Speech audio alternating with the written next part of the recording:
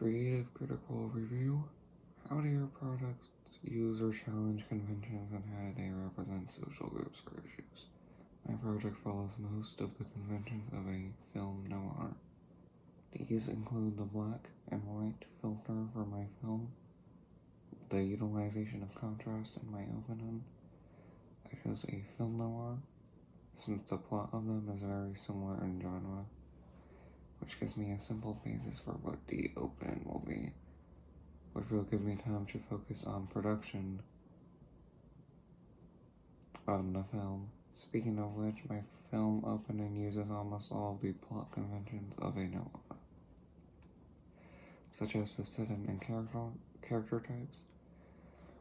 My film challenges the conventions of the film industry, since one of the most overrated aspects of a film is the acting.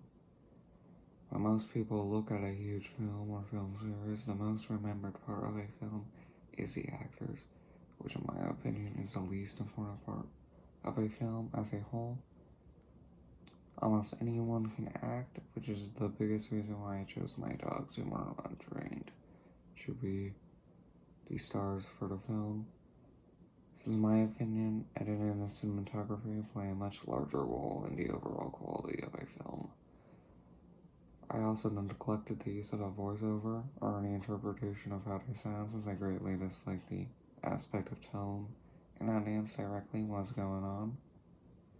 When it's far easier and fluent to show what's happening versus tone, which unfortunately is what I love the industry does with acting and voiceovers, which I want to avoid entirely when filming. I also think that besides a select few, most of the actors should not get paid nearly as much as they do today, since while they have an influence, and as explained already, out of everyone in the production process of a film, I think actors should be the least important in comparison to the editors, cinematographers, sound producers, financiers, and screenwriters.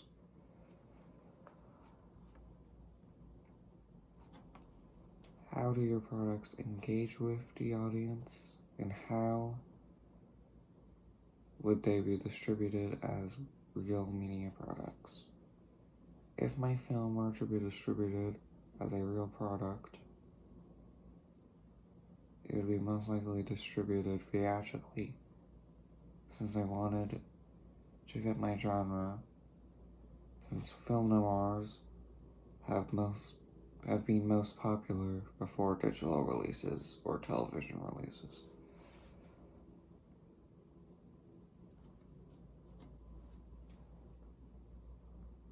How did your production skills develop throughout this project?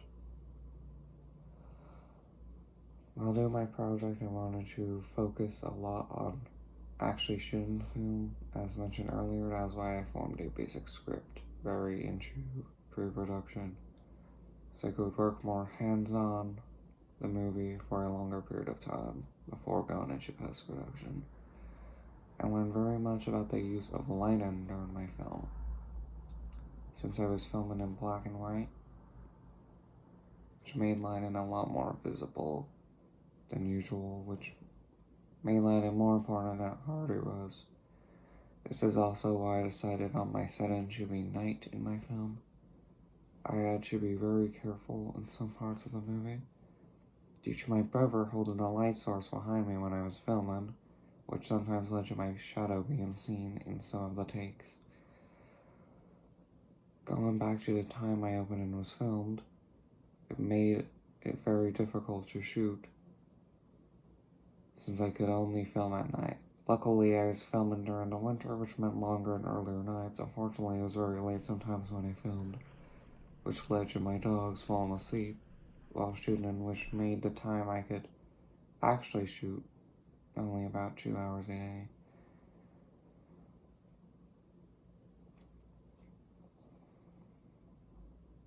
Which made me learn how to create a schedule to know when I should shoot. During production, I also learned a lot about cinematography. I was able to experiment with different shot types and camera movement. such as the Dalian establishing shot, whip pan, and cut in action. I also got to use filming in landscape mode versus portrait mode. I was able to work with mise-en-scène to a degree by using contrast since my film is black and white, such as by using a white car contrasted by the gray road and dark sky. However, I did learn a lot about post-production while working on my opening, and I learned how to fully use editing software on my phone and computer. I had fun implementing sound into my film, and it was exciting to create Foley sounds like footsteps and heartbeats. One thing that I wasn't really able to try that much was transitions. I was able to use some at the beginning, such as dissolve or fade, but besides that I found the cut to work most fluently in my film. I'm glad I learned a lot about production during my project.